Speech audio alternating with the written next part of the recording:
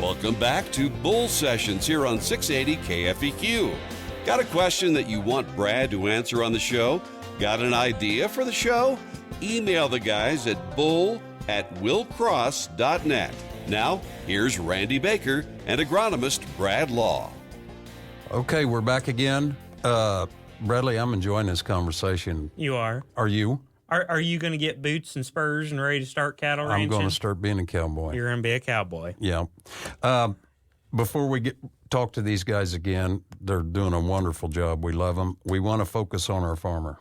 Oh, well, who are we going to focus on this week? We're going to focus on the Watts family. They're out there at Sumner, Missouri. Sumner, Missouri. That's down it's and east. over. No, right? it's east. East? Out past Chillicothe and then south. And then down. south. Then you Okay. can do the down. Down it. Well, what if I want to go down then over? No. Okay. No, Bradley, just sit there and be quiet, okay? Okay, the Watts family, we want to give them a big shout out. Family farmers, Terry and Carla, Zach and Carla. I think I know Zach. We know Zach. Zach is a Willcross seed salesman also. But Territorial manager. Yes, he is over there and does a wonderful job. They raise a lot of corn, beans, occasionally wheat. Well, I think Zach planted some Liberty beans this year. He did. And he had a little corn. Yep. You know. Agrigo corn. Didn't he just get married this summer? Just got married this summer. Married a woman who's got the same name as his mother. Now, that you won't go wrong. Well, I need to make sure he knows about that list of things not to buy his wife for his very first Christmas. You mail him that list. Yes. He's got to have Or maybe he can go on YouTube and listen to this. If he misses the show, he could play it in the truck. You know, he can go onto YouTube. You can get it on YouTube. And Google that, or not Google it, but YouTube it. Mm-hmm. Is YouTube it a word? YouTube it. You put it into YouTube. And, you made it that. I'm sure it will be now. Put in the Willcross Bull Sessions and see when we that list, and then maybe play for his family, all that. The more views, the better, right? Yes, more views, the better. And if you really like it, you can subscribe to our channel. You can. Yeah. We need followers. Well, and speaking of followers, if you have a farmer, yep, or around in your area, or maybe a little ways out, that you would like to lift up and for us to focus on, give us an email at bull@willcross.net, and we will focus on your farmer and kind of spotlight them a little bit. We will, you can give us an email. Well, I don't do email. Well, you can come and give us a phone call. Yeah. Our phone number is 660-483-444. And you can also, if you're driving through King City, just pop in the office and holler at Randy. He's stationed there behind the bulletproof glass in his office. So working hard, always. Probably drinking coffee. He's either at his at his desk or at the coffee machine. So, for your YouTube videos, guys, we're going to have to record some video of you guys in between segments, because the things that are said in between the segments. Oh, Miles, I don't know that we can do that legally. Goodness. Oh, my goodness. There's a certain store that Randy likes to make comments on their billboard of. No, there is not. It's on the belt somewhere. They have specials. We got to stop this. You guys are going to get us all in trouble. I do want to give a shout out and a great big thank you. We love you all, Terry and Carla, Zach and Carla, and Brother Dylan. Brother Dylan farms with them too. Zach's a fifth generation farmer. Fifth generation. Yeah, we love the family farmer. And we love these guys too, because they're family farmers as well. Help us out, Miles. Oh, Miles is just on fire this morning. He is doing it. I think he's in the Yuletide spirit. He is. I think he's been on that Amazon Smile. It's the eggnog. It's the eggnog. No, he's on that Amazon Smile, and he is ordering stuff for his wife for Christmas, so that he gets her a good gift. So he knew what not to buy her. Now he knows what to buy. Thanks to your list, he knows not what to get his wife. Yeah, so he's good on that. So what's... I hope Ray and Marlon caught your list also, so they don't mess up like you did, because I think all of these is you. You say it was friends, but I think it was you. So, but I want to get them back on. Okay. Here. Ray, are you guys still out there? We're still here. All right. Hey, we were talking about the cattle and the dairying and those heifers you guys are prepping and feeding cattle. And I something that's different, because I like things that are different, is, He's different. You talk about cutting silage, you think of a chopper and a pit and everything, but I heard you guys do something like silage bales. Explain more about those to me. Go ahead. Brad, what that really means is that we high moisture bale our hay, which will be somewhere between 40 and 60% moisture. Okay. Usually that time frame wise, we would have forage on the ground about 24 hours. So you're mowing hay on Monday and baling it on Tuesday. Exactly. Mm-hmm. What that allows us to do is it allows us to be timely with our forage harvest and not depend on Mother Nature near so much. Mm-hmm. Once these bales are rolled, then we will place them on a bale wrapper and seal them in plastic. The forage will ferment. Mm-hmm. We basically have silage in a round bale package.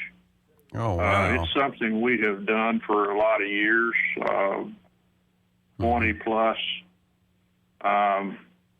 We've had a lot of farmers in northwest Missouri that have studied what we're doing and patterned off our methods, and we've been able to share that with other farmers and let them improve their hay operations as well.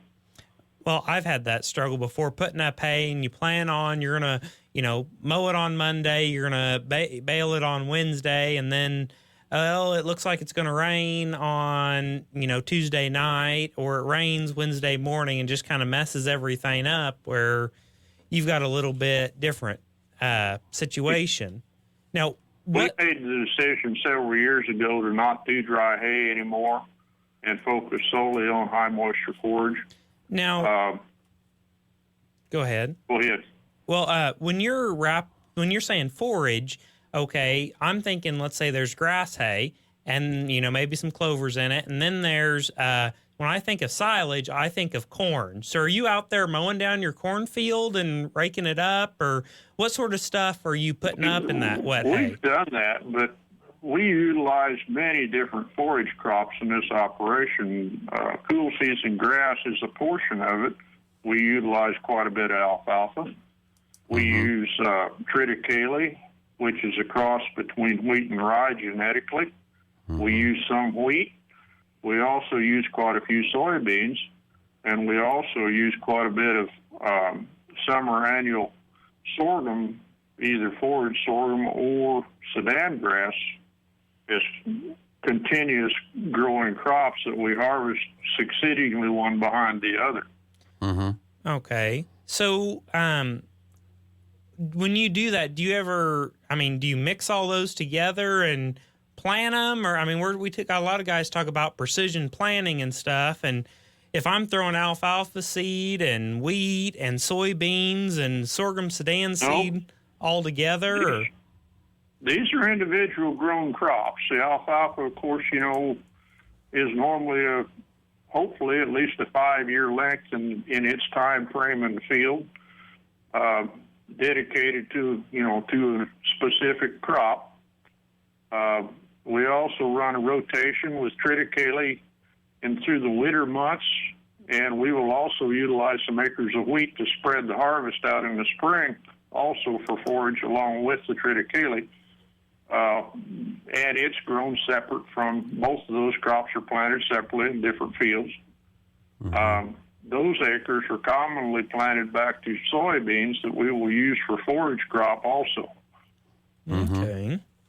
That's interesting. Now, if I was going to cut soybeans for forage, is there any tips on when's the ideal time to cut soybeans, or when's the ideal time to cut wheat to put it up as wet forage? Well, wheat harvested is usually for forage is sometime early May. Just at or prior to heading is the preferred time. Your soybean plant works pretty much the best right at the back side of flowers. you agronomy guys know better what that stage of growth is. Well, But prior to pod formation and the backside of flowers. Do you get those late maturing or, the later ones? I talk to guys that will race like a group 5 or something like that, or a 6. Yeah, we're using like an early group 6. Uh-huh.